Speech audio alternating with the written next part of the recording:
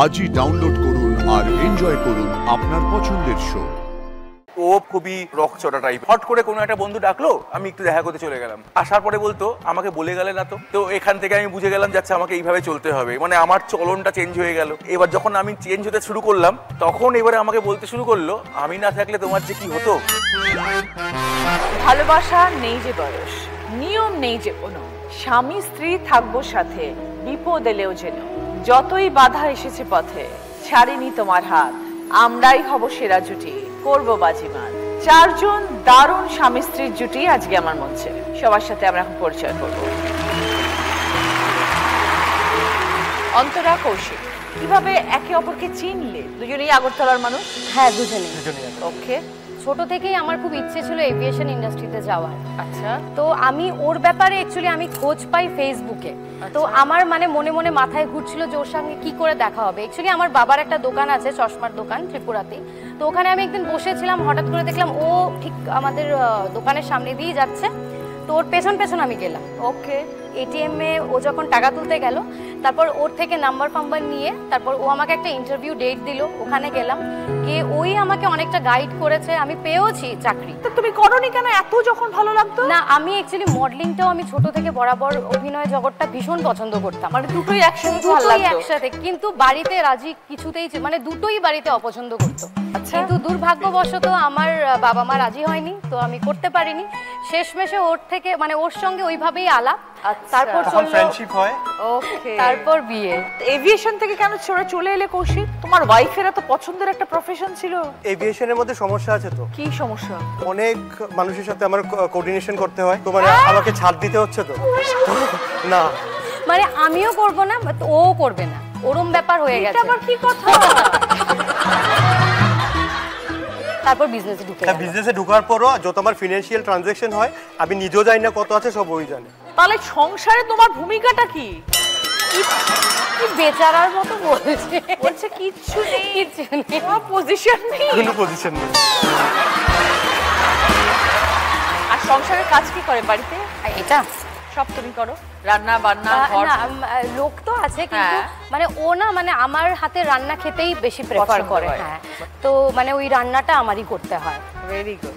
খুব ভালো রান্না করে। আর বাজার হাট কি করে? বাজার হাট কি ও করে। তারপরে দুজনে মিলেমিশে চলছে। হ্যাঁ, মিলেমিশে। Very good. ভালো থেকো অন্তরা, কৌশিক।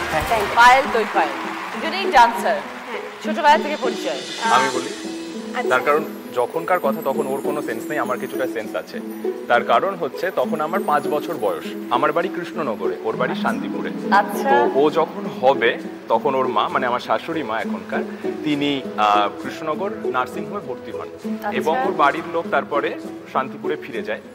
তো যখন ও হয় তখন ওই সামনের বাড়ি থেকে আমাদের বাড়িতে এসে ফোন করে শান্তিপুরে জানাও যে পায়েল বসাক জন্মেছে। বসাক মানে হ্যাঁ মানে বসাক বাড়িতে মেয়ে হয়েছে, বসাক বাড়িতে মেয়ে হয়েছে। তো তখন আমি ফোন করে জানিয়েছিলাম, কারণ তখন বেশি বাড়িতে ফোন থাকতো না।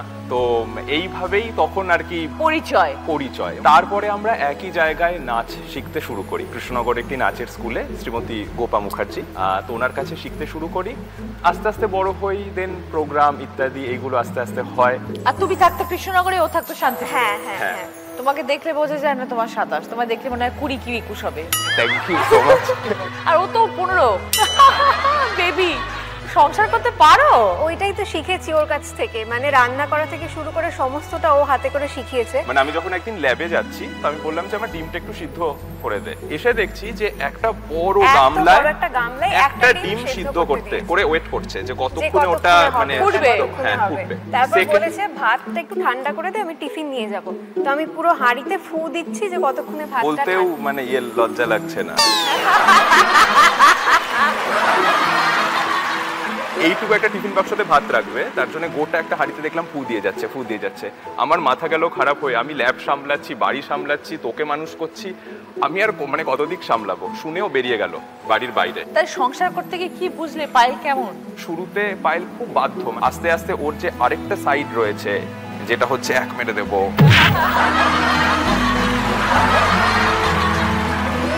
বিয়ের আগে ভেবেছিলাম ও খুব শান্তশিষ্ট, মানে ভলিউমটা কখনো এরকম যায় না, তো এইরকমই থাকে। বিয়ের পরে তো দেখলাম কখনো এরকম নামেই না, সবসময়। কারণ আমিও জানতাম না আমার ভয়েসটা এখানে যায়, ওটাও বিয়ের পরে আমিও শিখেছি যে আমার ভয়েসটা এখানে যায়।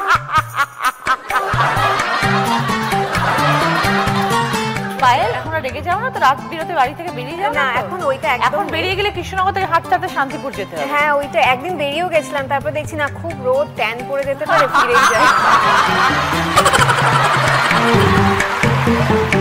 খুব ভালো থাকো দুজনেই। তৃষা গৌরব 6 বছর হয়ে গেল একে অপরকে চেনো।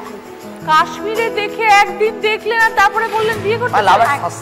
একদমই, মানে ওর মনে হয়েছে, আমি তবু একটু টাইম নিচ্ছিলাম, কিন্তু ওর সময় নিচ্ছে, ও মোটামুটি 6 মাস সময় নিচ্ছে। 1.5 বছরের বিবাহিত ছিল। একদমই। বিয়ের পরে কি বুঝলে? বিয়ের পর কোথাও গিয়ে একটা বিশাল পরিবর্তনের জায়গা, আমি তো সেই নিয়ে আর কি মানিয়ে চলছি। যুদ্ধ শুরু হয়ে গেছে বাড়িতে? তো হ্যাঁ একদমই তাই। যুদ্ধটা মেনলি হয় ঘুম নিয়ে, মানে মানে রাতে আমি সারাদিন বিজনেস করে রাত্রেবেলা যখন 11টার সময় ঘুমাবো, ওর তখন সারা দিনে যা হচ্ছে সব মনে পড়বে, সেই সময় মনে পড়বে, তার আগে কিন্তু মনে পড়বে না, খেতে খেতে মনে পড়বে না। এবার ধরুন আমি চোখ বন্ধ করে শুয়েছি, তখন বলছে জানো তো স্কুলে আজকে এই হয়েছে, আর তখন তো আপনার চোখ বন্ধ। ও বুঝে যায় আমি ঘুমাতে ঘুমাতে হু করছি, আর সেই সময় ও আমাকে কাউন্টার অ্যাটাক করে, বলো তো কি বললাম তুমি হু বললে। এ বাবা! এবার যখনই বলতে পারবো না তখনই অশান্তি শুরু। হাতটা আমাকেই স্বীকার করতে হয়, যতক্ষণ না স্বীকার করবো রাত্রেবেলা ঘুমাতেও দেবে না। আসলে সব যা অভিযোগ অভিমান একটা জায়গাতেই বলে, তো মাঝে মানে আমি মধ্যে দোষ একটু করলে আমি মার খুঁতখুঁতি খাই, এটা অন্য হয়। কেউ দোষ করলে আমি মার খাই। আপনি মার খান? অ্যাসিস্ট্যান্ট বানিয়ে ফেলেছে, সব কিছু সহ্য করতে হবে।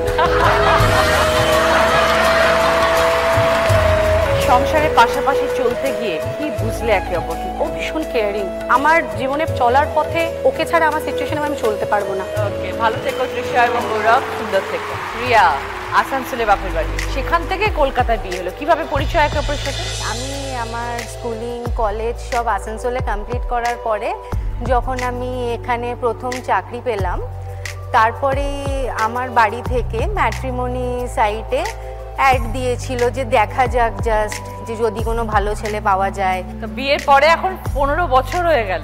হ্যাঁ, 15 বছরটা কেমন কাটলো? রেগুলার বিজি লাইফের মধ্যেই চলছে, ওই তার মধ্যেও অনেক কিছু মানে পাওয়া না পাওয়া অনেক কিছুই রয়েছে। দোষগুণ কি বুঝলে?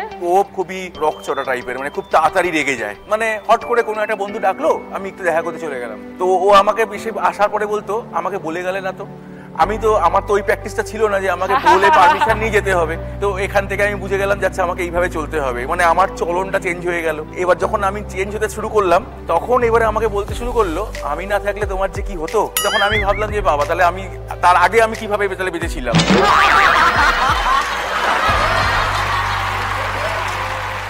এখন ঝগড়াটা হয় মেনলি আমাদের ছেলেকে নিয়ে, মানে যদি পড়াশোনা না করে স্কুল থেকে কিছু কমপ্লেন আসলো তখন আমি হয়তো বকলাম, যা হয় তখন হ্যাঁ তখন সেই শাসনটা ওকে করা যাবে না না, ওটা এমন নয়, মানে ওটা পুরো বিল্ডিং জানে যে ও বকা খাচ্ছে এইরকম লেভেলে। তখন তোমার সিচুয়েশন কি হয় প্রদীপ্ত? সেই সময়টা চুপ করেই বসে থাকি, যে ছেলেও চুপ করে আছে, বাবাও চুপ করে আছে। হ্যাঁ, চুপ করে থাকাটা বেটার, চিৎকার করে নি, পরে যা বলা যাবে। এইভাবেই কেটে যাবে, 15 বছর কেটেছে, ব্যাস বাকি জীবনটা কেটে যাবে। খুব ভালো থেকো।